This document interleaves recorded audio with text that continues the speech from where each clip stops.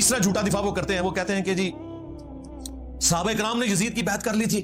تو آپ کو کیا مسئلہ ہے؟ صحابہ کرام نے یزید کی بیعت نہیں کی تھی, صحابہ کرام سے زبردستی بیعت لی گئی تھی تلوار کے زور پر. جھوٹ بولنا بند کریں.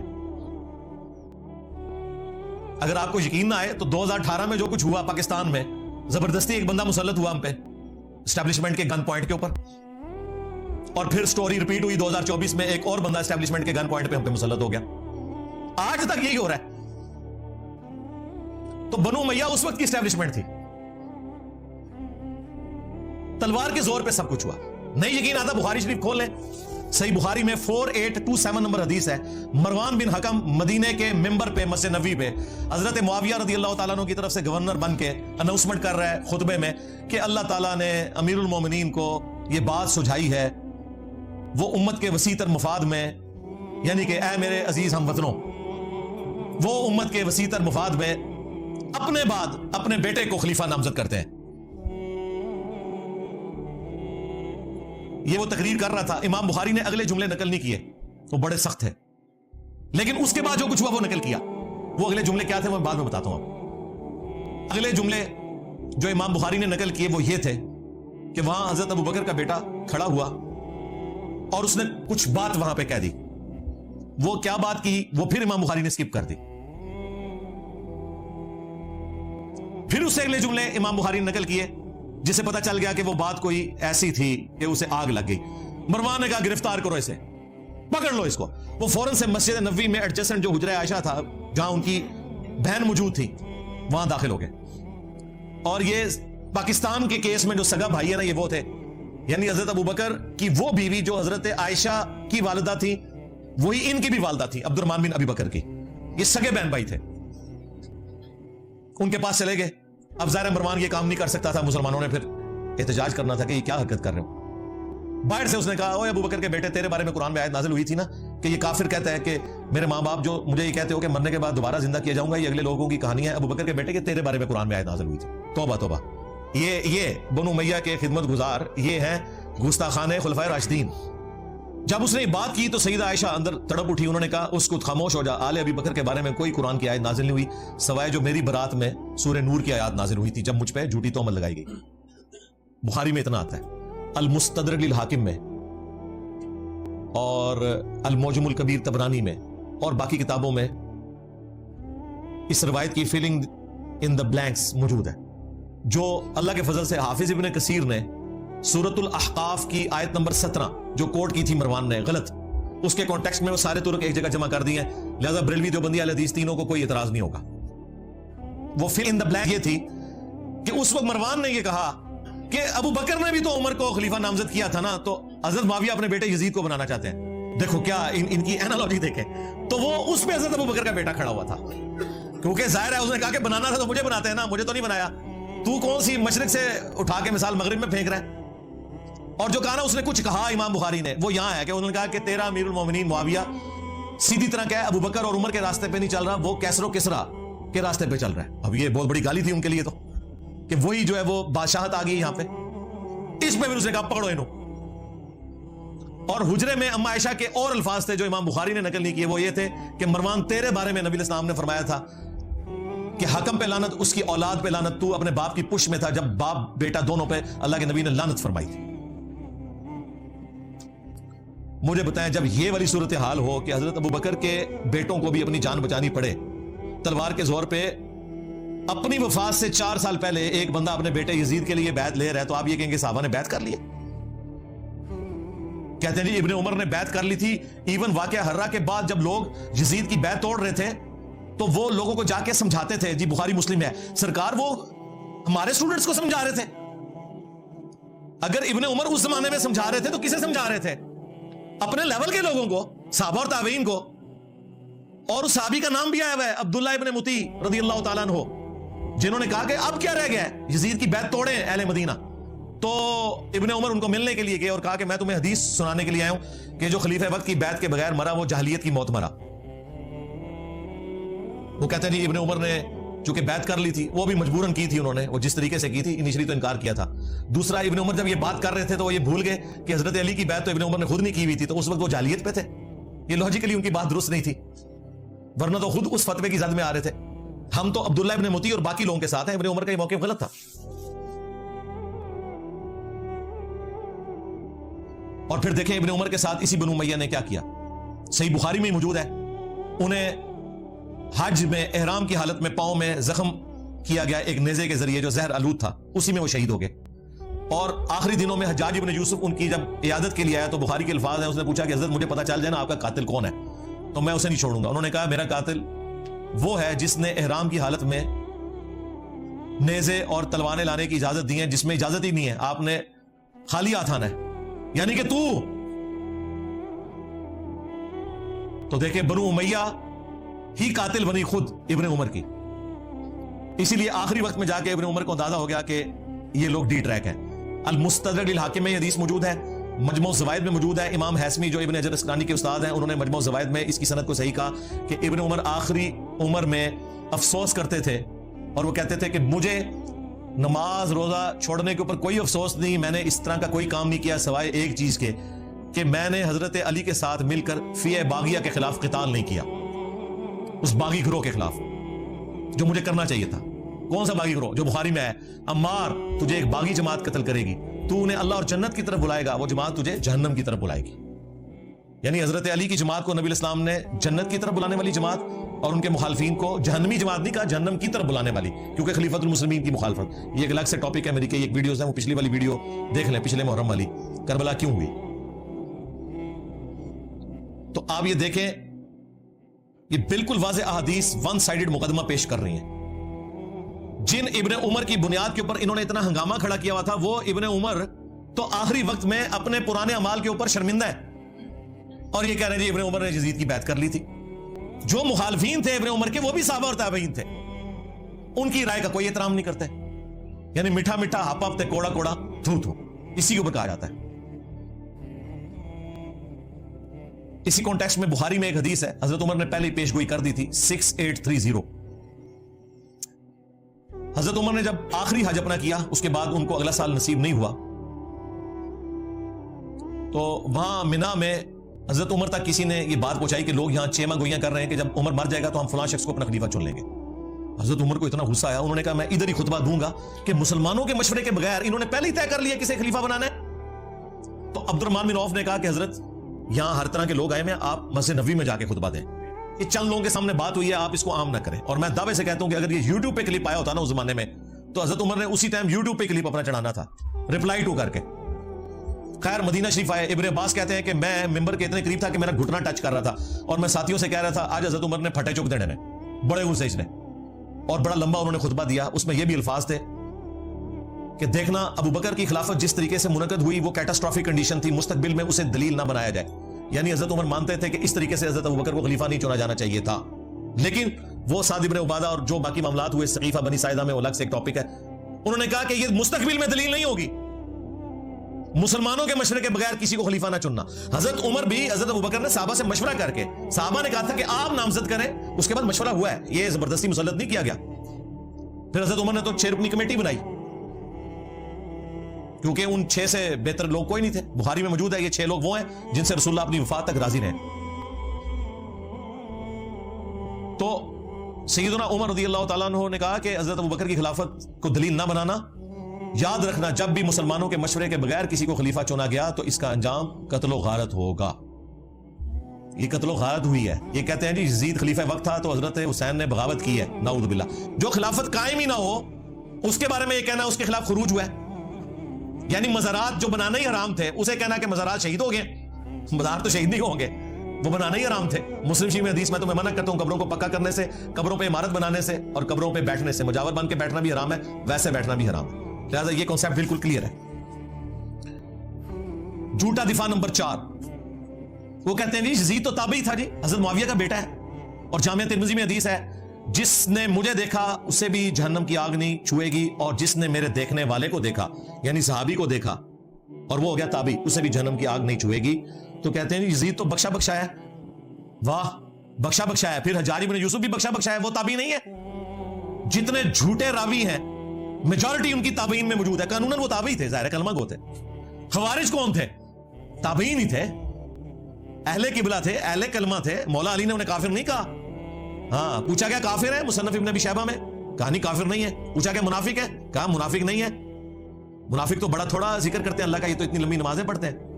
پوچھا گیا پھر کیا ہے؟ ظاہر ہے جب کافر نہیں منافق نہیں تو پھر مسلمان ہی ہے. ان کا یہ ایک گروہ ہے جنہوں نے ہم سے بغاوت کی ہے، ہم میں سے ہی نکلا ہوا ایک گروہ ہے. تو خوارج بھی تابعین ہے، لیکن مسند احمد میں موجود ہے نبی الاسلام نے کہا کہ خوارج جہنم کے کتے ہیں. کیوں؟ اپنے اعمال کی وجہ سے. تو اس طرح نہیں کوئی فضیلت ثابت ہو جاتی. حجاج جو اتنے صحابہ کا قاتل ہے اسے آپ تابعی کہیں گے؟ تابعی تو ہے قانوناً، وہ ظاہر مسلمانوں کا گورنر تھا. لیکن مسلم شریف اٹھا کے دیکھیں، اسماء بنت ابی بکر نے کہا تھا حجاج ہم نے نبی الاسلام سے سنا تھا کہ بنو ثقیف میں ایک کذاب ہوگا اور ایک ظالم. کذاب تو ہم دیکھ چکے، ظالم تو ہے. یہ فضیلت ہے، لو سامو. اور مسلم شریف میں موجود ہے اس ظالم نے عبداللہ ابن زبیر کو شہید کیا، ان کی لاش لٹکا دی مکہ شریف میں اور یہودیوں کے قبرستان میں پھینکی، اور ان کی ماں کو بلا کے کہا جو حضرت ابوبکر کی بیٹی تھی بڑی، اما عائشہ سے بھی بڑی، اسماء کو کہ دیکھو میں نے تیرے بیٹے کے ساتھ کیا کیا. تو انہوں نے فرمایا کہ تو نے میرے بیٹے کی دنیا برباد کی، میرے بیٹے نے تیری آخرت برباد کر دی ہے. ظالم انسان. یہ مسلم شریف ہے، مولانا شریف نہیں ہے. تو حجاج بھی پھر تابعی ہے، اسے بھی جہنم کی آگ نہیں چھوئے گی. نہ انہیں قرآن کا پتہ، نہ انہیں سنت کا فہم، نہ انہیں فقہ آتی ہے. صرف ایک بنو امیہ کی چاکری کرنی ہے، چاہے انہیں قرآن و سنت کا انکار کرنا پڑے، جھوٹی روایتیں گھڑنی پڑے، انہوں نے گھڑنی ہے. جو واضح احادیث ہے ان کا انہوں نے انکار کرنا ہے. اس طریقے سے یہ لوگ لے کے چلتے ہیں. اچھا مزے کی بات میں آپ کو بتاؤں، آج سے آلموسٹ 800 سال پہلے امام ابن جوزی گزرے رحمہ اللہ تعالی، المتوفى 597 ہجری. یہ شیخ عبد القادر جیلانی المتوفى 561 ہجری کے شاگرد بھی ہیں. محدثین میں بڑا مقام ہے ابن جوزی کا. یہ ابن قیم جوزی نہیں ہے جو ابن تیمیہ کا شاگرد ہے، یہ ابن تیمیہ سے بھی 200 سال پہلے گزرے ہیں. ابن تیمیہ بھی انہیں بہت بڑا محدث مانتے ہیں. انہوں نے الموضوعات، بڑی گھڑی ہوئی بڑی بڑی حدیثیں، وہ کتاب بھی لکھی ہے جس میں انہوں نے یہ بھی لکھا ہے کہ جو حدیث حضرت معاویہ کی شان میں ہوگی نا، یہ بھی اس بات کی نشانی ہے کہ یہ گھڑی ہوئی حدیث ہے. گھڑی ہوئی حدیثوں کی کچھ نشانیاں بتائیں، ان میں سے ایک یہ بتائیے جو حضرت معاویہ کی شان میں ہوگی نا تو سمجھ لو کہ یہ گھڑی ہوئی حدیث ہے. اب یہ بہت بڑے محدث ہیں. ان کے زمانے میں ایک ناسبی تھا عبد المغیث، اس نے یزید کے فضائل کے اوپر کوئی رسالہ لکھا. تو ابن جوزی غصے میں آئے، انہوں نے ایک کتاب لکھی جو کتاب محدثین کے ہاں اتھینٹک مانی جاتی ہے. ابن تیمیہ نے بھی اس کی تعریف کی ہے، ابن کثیر نے بھی کی ہے.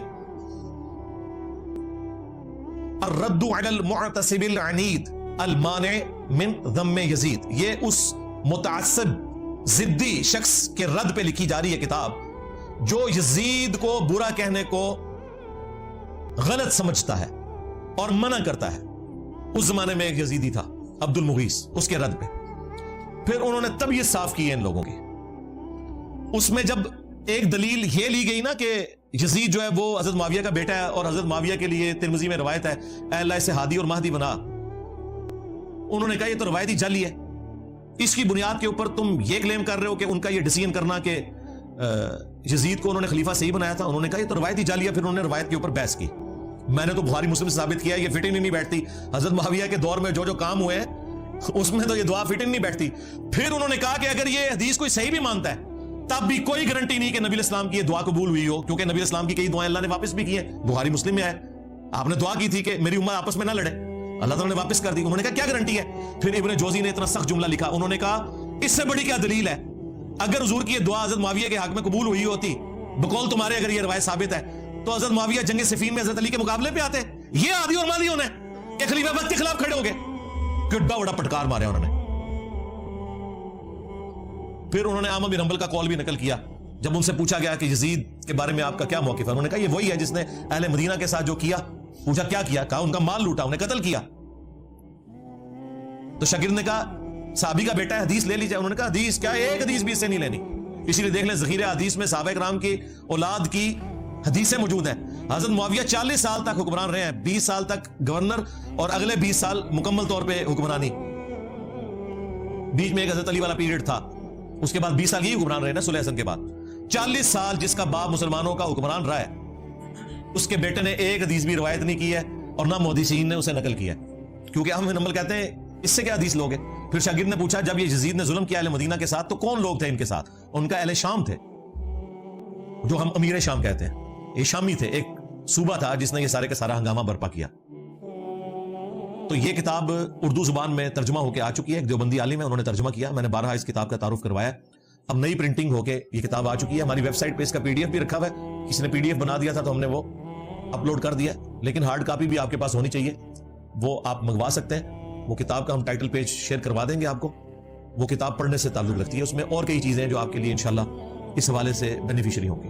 اچھا، اسی حوالے سے نا یہ بیچ میں ایک چوہا چھوڑ دیتے ہیں کہ جی اگر حضرت معاویہ نے اپنے بیٹے کو بنا دیا تو کیا ہوا، حضرت علی نے بھی تو اپنے بیٹے کو بنایا تھا، بالکل جھوٹ، حضرت علی نے کوئی اپنے بیٹے کو نہیں بنایا، مسند ابی یعلا میں، المستدرک للحاکم میں اور کتابوں میں موجود ہے، لوگوں نے حضرت علی کو کہا کیونکہ زخم لگنے کے بعد وہ کچھ دن زندہ رہے کہ آپ اپنا خلیفہ کسی کو نامزد کریں، انہوں نے کہا میں تمہیں ویسے ہی چھوڑ کے جاؤں گا جس طرح نبی اسلام چھوڑ کے گئے تھے، تم اپنا خلیفہ خود چنو گے، اور یہ ظالم کہتے ہیں کہ حضرت علی نے حسن ابن علی کو اپنے بعد خلیفہ نامزد کیا، وہ صحابہ کرام نے مشورے سے چنا تھا۔ اس حوالے سے شیخ البانی نے ایک روایت لی ہے کہ میری امت کا پہلا شخص جو میری سنت کو بدلے گا وہ بنو امیہ سے ہوگا، اور شیخ البانی نے ساتھ پتہ کیا لکھا، یہ وہ شخص ہوگا جو خلافت کو ملوکیت بنا دے گا۔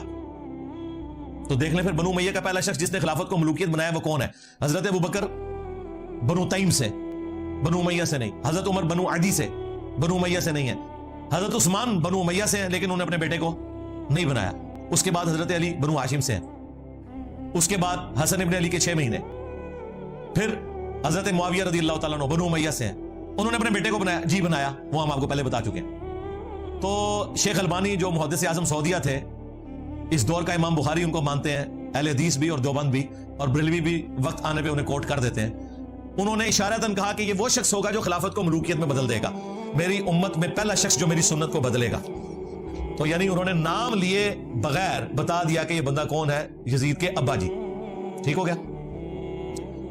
5واں جھوٹا دفاع، وہ کہتے ہیں نہیں حضرت علی کا جو اپنا بیٹا ہے محمد بن حنفیہ، اس نے تو بڑی تعریف کی ہے یزید کی، ہم پوچھتے ہیں کہاں لکھا ہوا ہے، کہتے ہیں تاریخ میں لکھا ہوا ہے، تاریخ میں اگر 5% باتیں یزید اور ان کے والد کے حق میں ہے نا تو 95% ان کے خلاف ہیں، بلکہ ایمان ثابت کرنا بھی مشکل ہو جائے گا اگر تاریخ تبری کے حوالے ہم نے پیش کیے تو۔ حدیث سے بات کرو جی، حدیث میں تو اس طرح کی کوئی بات نہیں، آپ کو پتہ ہے ہماری باتیں حدیثوں میں تو نہیں نکلتی جی، ہمیں پتہ ہے، یہی تو ہم رونا رو رہے ہیں، لیکن وہ تاریخ میں تو ہے جی، ہم کہتے ہیں وہ جو تاریخ تم پیش کر رہے ہو وہی پوری پڑھ کے بتا دو، ابن کثیر نے نقل کیا ہے یہ مردود روایت، لیکن یہ روایت پوری نہیں پڑھ سکتے، وہ ان کے گاٹے فٹ ہو جائے گی۔ اس روایت میں پتہ کیا ہے، عبداللہ ابن مطیع صحابی محمد بن حنفیہ کے پاس آتے ہیں جو تابعی ہیں، جو حضرت علی کے بیٹے ہیں، حنفیہ نامی عورت سے، انہیں آگے کہتے ہیں کہ حضرت آپ کا بھائی حسین شہید ہو گیا، یزید حکمران بن گیا، آپ کیوں نہیں قیام کرتے؟ تو ساتھ ہی کہا کہ اہل مدینہ میں سے کچھ لوگ شام سے آئے ہیں، انہوں نے یزید کو اس حال میں پایا ہے کہ وہ تارک الصلاح ہے، وہ شراب پیتا ہے اور کتاب و سنت سے تجاوز کرتا ہے۔ تو محمد بن حنفیہ نے کہا کہ نہیں نہیں، میں تو جتنا عرصہ یزید کے پاس رہا ہوں میں نے تو اسے نماز کا پابند پایا ہے اور سنت کا عامل پایا ہے۔ تو انہوں نے کہا حضرت وہ جتنے دن آپ رہے ہیں نا ادھر، اتنے دن اس نے آپ کو دکھانے کے لیے سب کچھ ایکٹنگ کی ہے، اصل میں تو وہ شرابی ہے، تارک الصلاح ہے اور کتاب و سنت کو پائمال کرنے والا ہے۔ اب یہ پوری روایت تھی، انہوں نے آدھی لے لی کہ محمد بن حنفیہ نے کہا میں اسے نماز کا پابند پاتا ہوں، جبکہ صحابی کہہ رہا ہے کہ وہ شرابی ہے، تارک الصلاح ہے، کتاب و سنت کا مذاق اڑاتا ہے۔ اب مجھے بتائیں صحابی اور تابعی کی بات ٹکرائے تو کس کی بات مانی جائے گی؟ انہوں نے آدھی روایت نقل کی، اسی لیے ہمارے جو استاد تھے شیخ زبیر صاحب، انہوں نے فتاوی علمیہ میں باقاعدہ اس روایت کو ڈسکس کر کے کہا کہ اگر اس روایت کو تم صحیح مانو گے نا پھر ماننا پڑے گا کہ یزید نماز بھی نہیں پڑھتا تھا، وہ شرابی بھی تھا اور کتاب و سنت کو توڑتا تھا، اس کے احکامات سے تجاوز کرتا تھا، بہتر یہ ہے کہ اس روایت سے جان چھڑا لو۔ انہوں نے کہا میرے نزدیک یہ پوری روایت ثابت ہی نہیں ہے، کیونکہ اگر روایت لینی ہے پھر پوری لینی ہے، آدھی تو نہیں لینی، سند تو ایک ہے اور وہ مردود سند ہے۔ یہ جناب جو انہوں نے ایک رٹ لگائی تھی کہ محمد بن حنفیہ نے تعریف کر دی، لو سامو اور پوری تعریف بیان کرو، پھر پتہ چلے گا صحابی کرتے ہو، صحابی کو تو تم نے چھوڑ دیا۔ جھوٹا دفاع نمبر 6، وہ کہتے ہیں نہیں حضرت حسین کو تو کوفیوں نے مار دیا تھا، خود ہی شیعہ علی نے مار دیا تھا، ایم یزید کے متھے مار دیا۔ واہ واہ، بالکل کوفیوں نے مارا تھا، لیکن وہ کوفی کون تھے؟ جو اہل شام کے انڈر تھے۔ یہاں پہ بھی جو کچھ ہوتا ہے نا، جب گورنمنٹ ایک ہو تو بات آتی ہے پنجاب پولیس نے یہ کیا، بھائی پنجاب پولیس وفاقی حکومت کے انڈر آتی ہے، اگر اچھا کام کرے گی تو وفاقی حکومت کے کھاتے میں ڈلے گا, برا کرے گی تو وفاقی حکومت کے کھاتے میں. وہاں پہ بھی کوفہ ایک صوبہ تھا شام کی حکومت کا. کوفی وہ تھے جو 22,000 کا لشکر لے کے آئے تھے کربلا میں, وہ کوفی تھے لیکن اس گورنمنٹ کے انڈر تھے. یہ وہ کوفی نہیں تھے جنہوں نے خطوط لکھے تھے, وہ تو صحابہ اور تابعین تھے. سلمان ابن سرد جن کی حدیث ہے بخاری اور مسلم میں, نبی علیہ السلام نے دو بندوں کو لڑتے ہوئے دیکھا اور کہا میں ایک کلمہ ایسا جانتا ہوں یہ پڑھ لیں تو شیطان سے دور ہو جائے گا, ان کا غصہ ٹھنڈا ہو جائے گا, اعوذ باللہ من الشیطان الرجیم. یہ جو بخاری مسلم کی حدیث ہے اس کے راوی ہیں سلمان ابن سرد. یہ مین بندہ تھا جنہوں نے حضرت حسین کو کہا کہ وہ بڑا مر گیا اور اپنے بعد ایک چھوٹا چھوڑ گیا. اور جو لفظ انہوں نے استعمال کیا نا وہ استعمال کیا جو موسیٰ کے مخالف کے لیے ہم استعمال کرتے ہیں کہ ایک بڑے والا مر گیا اور اپنے بعد ایک چھوٹا چھوڑ گیا اپنی جگہ. اتنے سخت الفاظ. اس وقت عبید اللہ ابن زیاد کے روب کی وجہ سے وہ لوگ نکل نہیں سکے. مسلم بن عقیل کو قتل کر دیا گیا, اس سے پہلے نعمان ابن بشیر کو گورنری سے ہٹایا گیا, لیکن بعد میں توابون کی تحریک انہوں نے چلائی اور وہ شہید ہوئے سارے. اور پھر مختار سقفی آیا, اس نے پھر عبید اللہ ابن زیاد کو بھی قتل کیا. بخاری اٹھا کے دیکھیں, ترمذی اٹھا کے دیکھیں, حضرت حسین ابن علی کا سر کاٹ کے عبید اللہ ابن زیاد گورنر کوفہ جو یزید کا تھا اس کے سامنے تشت میں پیش کیا گیا. اللہ کی لعنت, اللہ کے فرشتوں کی لعنت, تمام لعنت کرنے والوں کی لعنت جنہوں نے اہل البیت کو یوں ظلمن شہید کیا, آمین. تو وہ چھڑی سے ان کے چہرے مبارک کو چھیڑنے لگا اور ان کے حسن میں کوئی کلام کرنے لگا. تو انس ابن مالک پاس کھڑے تھے, وہ اتنا ہی کر سکتے تھے, بوڑھے ہو چکے تھے, 90+ تھے. انہوں نے کہا کہ رسول اللہ کے سب سے زیادہ ہم شکل حسین ابن علی تھے. یہ بخاری کے الفاظ ہیں. اسی حدیث میں امام بخاری نے لکھا ہے برأس الحسین علیہ السلام, حسین علیہ السلام کا سر مبارک, علیہ السلام لکھا ہے. مولوی نے عربی میں علیہ السلام لکھا تھا, اردو میں ترجمہ رضی اللہ عنہ کر دیا, نکال ہی دیا. عربی میں لکھا ہوا ہے, آپ کھول کے دیکھ لیں, مکتبۃ الشاملہ میں بھی, اسلام 360 میں بھی عربی میں لکھا ہوا ہے, اردو میں رضی اللہ عنہ لکھا ہوا ہے. اور جب زید بھائی مجھے ملنے آئے نا, میں نے کہا یہ دیکھ لیں, انہیں یقین ہی نہیں آیا. کہتے یار یہ انہوں نے کیا ہوا ہے. میں نے کہا یہ اچھا ہے, اس کو چینج کرنے کی ضرورت نہیں ہے, ہم نے بتانا ہے بعد میں بھی کہ کیا کام ڈالتے ہیں. انہوں نے دارالاسلام والوں سے اٹھایا تھا, میں نے کہا اسی طرح ہی رہنے دیں تاکہ ہم دکھا سکیں بعد میں. sunna.com بہت بڑی ویب سائٹ ہے جس پہ حدیث کی کتابیں ہیں. عربی میں علیہ السلام لکھا ہے, اردو میں رضی اللہ عنہ لکھا ہوا ہے, ایک فرقہ وارانہ اس چیز کو دڑاڑ کو قائم رکھنے کے لیے. تو عبید اللہ ابن زیاد جس کے سامنے حضرت حسین کا سر کاٹ کے رکھا گیا, وہ کوفی تھا لیکن گورنر تھا شامیوں کی طرف سے, لہذا یہ کہنا کوفیوں نے مار دیا تھا ظالموں, یہ وہ کوفی تھے جو حضرت حسین کے مخالفین تھے, نہ کہ وہ شیعان علی کے جنہوں نے حضرت حسین کو وہاں پولیٹیکل سٹرگل کے لیے بلایا تھا. اور حضرت حسین لڑنے نہیں گئے تھے, 20 بچوں کے ساتھ ایک سیاسی جدوجہد کے لیے جا رہے تھے جس کا آخری انجام قیام حسین ہی ہونا تھا, لیکن اس سے پہلے ہی ان کو شہید کر دیا گیا. اسی لیے انہوں نے راستہ بھی بدلا. یہ جو کہتے ہیں جی وہ دمشق کی طرف جا رہے تھے یزید کے ہاتھوں میں ہاتھ دینے, بالکل جھوٹ ہے. وہ راستہ انہوں نے اس لیے بدلا تھا کہ انہیں پتہ چل گیا تھا کہ مسلم بن عقیل شہید ہو چکے ہیں, یہ مجھے بھی کوفے تک نہیں پہنچنے دیں گے, تو میں انہیں دھوکہ دے کے دوسرے راستے سے جاؤں. لیکن ان کے پاس تو اتنی فوج تھی, انہیں بھی خطرہ تھا کہ حسین ابن علی کہیں راستہ نہ بدلے, تو انہوں نے کربلا کے پاس بھی پڑاؤ کیا تھا کہ اگر اس راستے سے بھی آئے تو ہم پکڑ لیں گے, جو یہ نقشے بنا کے آپ کو بتا رہے ہوتے ہیں. اللہ کے بندو ڈر جاؤ, جھوٹ باندھتے ہو, اپنی طرف سے باتیں بنا کے منسوخ کرنا شروع کر دیتے ہیں. جھوٹا دفاع نمبر 7,